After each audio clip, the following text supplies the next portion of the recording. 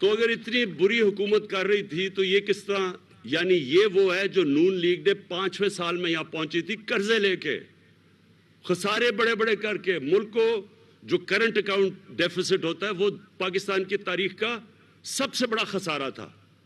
ہم نے یہ 5.37% کیا، سب سے کم کرنٹ اکاؤنٹ ڈیفیسٹ کو ختم کر کے، خسارے کو ختم کر کے کیا ہے.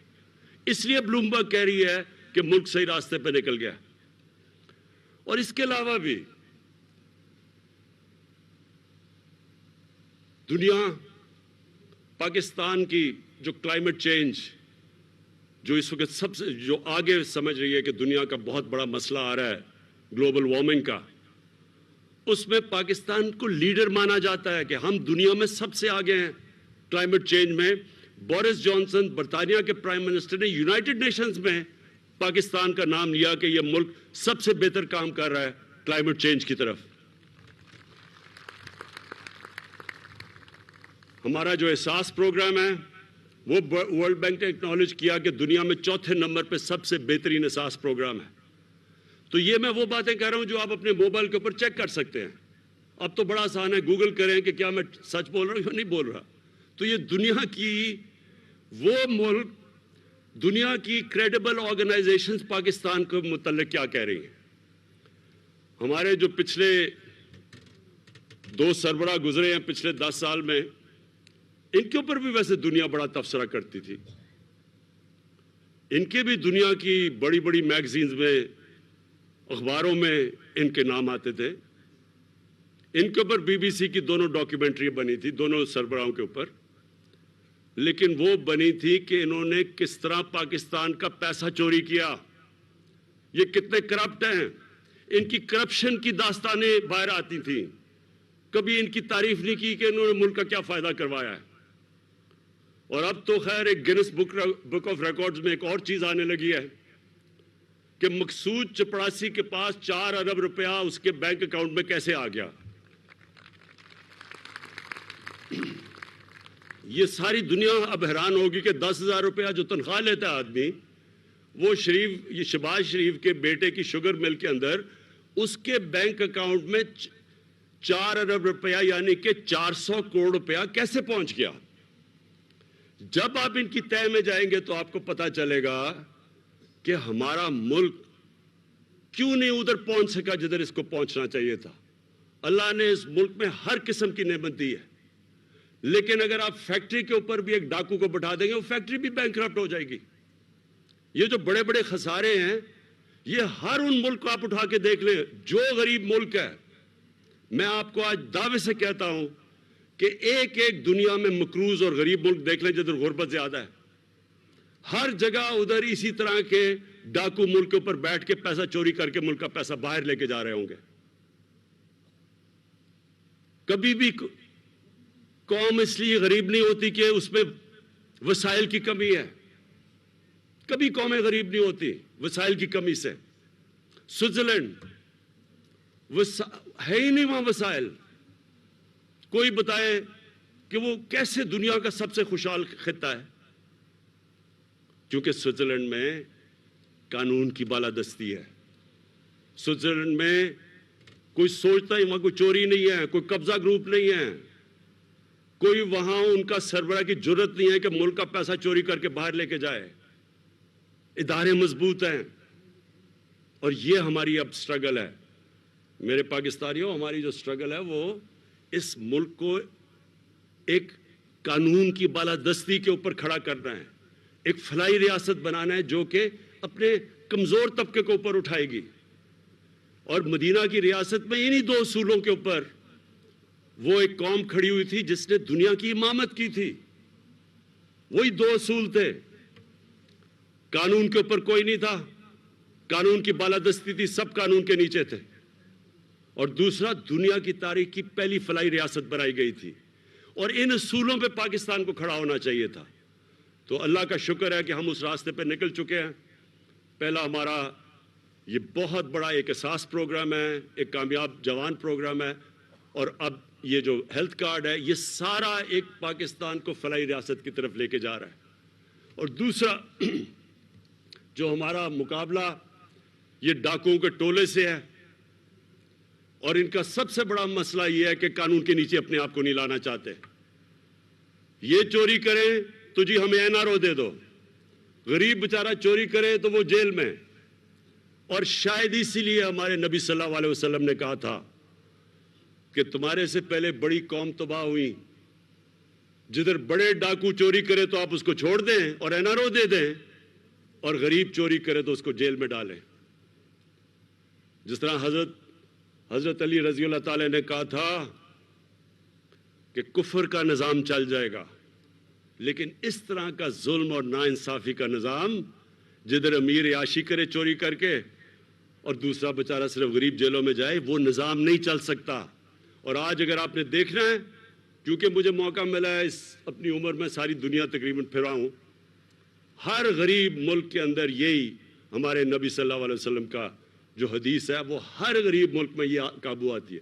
تباہی کا راز ہی یہ ہے کہ طاقتور ڈاکو جو مرضی کرے اور کمزور کو آپ جیلوں میں ڈال دیں۔ یہ ہے ہماری اصل سٹرگل، یہ ہے جدوجہد۔ اور اس میں میں آپ سب کو کہہ دوں کہ پوری قوم مل کے لڑتی ہے اس سے۔ جب تک قوم نہیں مل کے لڑتی، قانون کی بالادستی نہیں قائم ہوتی۔ میں جو مرضی کروں، اگر ہماری قوم بڑے بڑے ڈاکوؤں کو وہ نیب جا رہے ہیں تو ان کے اوپر پھول پھینکیں گے، آپ وہاں ہمارا ایک بڑا ادارہ سپریم کورٹ بار ایسوسی ایشن عدالت میں جا کے کہے گی کہ جی دیکھیں ایک آدمی جو چوری کر کے ملک سے باہر بھاگ رہا ہے، کنوکٹ ہوا ہے، جھوٹ بول کے باہر بھاگا ہے، وہ کہیں جی اس کو پھر سے موقع دینا چاہیے آگے پھر سے وہ میچ کھیلے، تو پھر چوری میں بری چیز کیا ہے؟ اگر آپ اس میں برائی نہیں آپ کو نظر آ رہی تو پھر چوری میں بری چیز کیا ہے؟ وہ بیچارے غریبوں کو جیلوں میں کیوں بند کیا ہوا ہے؟ ان کو تو کھولو سب سے پہلے، ان کے تو بیچارے، ان کے جو بیوی بچے ہوں گے، آپ کو تو یہاں اگر بیچارہ ایک کمانے والا جیل میں چلا جائے تو پیچھے کیا ہوتا ہوگا؟ تو ان کو بیچاروں کو کیوں بند کیا ہوا؟ اگلی پٹیشن یہ کریں کہ جیل کھول دیں پاکستان میں، کہ صرف طاقتور کوئی آپ نے چھوڑنا ہے، وہ جو مرضی کرے۔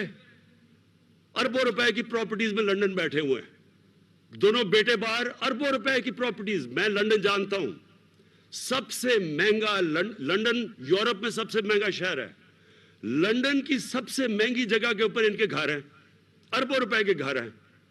بچوں کو باہر بھجوا دیا ہے۔ 3 دفعہ ملک کا پرائم منسٹر سے پوچھے جی کہ بچوں کے پاس اربوں سے روپیہ کدھر سے آیا؟ کہتا جی مجھے تو نہیں پتا، میرے بچوں سے پوچھو۔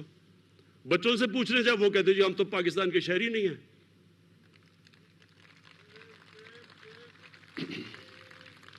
تو میرے باولپور کے شہریوں،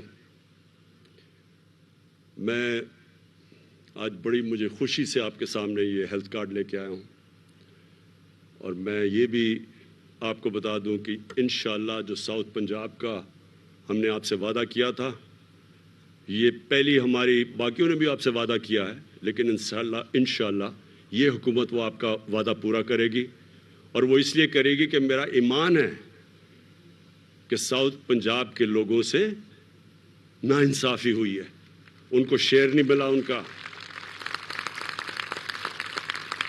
نہ نوکریوں میں شیئر ملا، نہ جو ان کا حق تھا کہ جو ان کے آبادی کے تحت جو ان کو شیئر ملنا چاہیے تھا بجٹ میں، نہ وہ ملا۔ اور انشاءاللہ یہ ناانصافی اب ختم ہوگی۔ ہم نے ابھی بھی چینجز کر دیے ہیں، جو ابھی بھی پیسہ آ رہا ہے اب ساؤتھ پنجاب پہ خرچ ہو رہا ہے وہ کبھی پہلے نہیں ہوا، اور انشاءاللہ یہ جو میں اگلی باری آپ سے جب ملاقات ہوگی، میں ساؤتھ پنجاب کا جو سیکریٹریٹ ہے اس کی اوپننگ کے لیے آؤں گا۔ شکریہ۔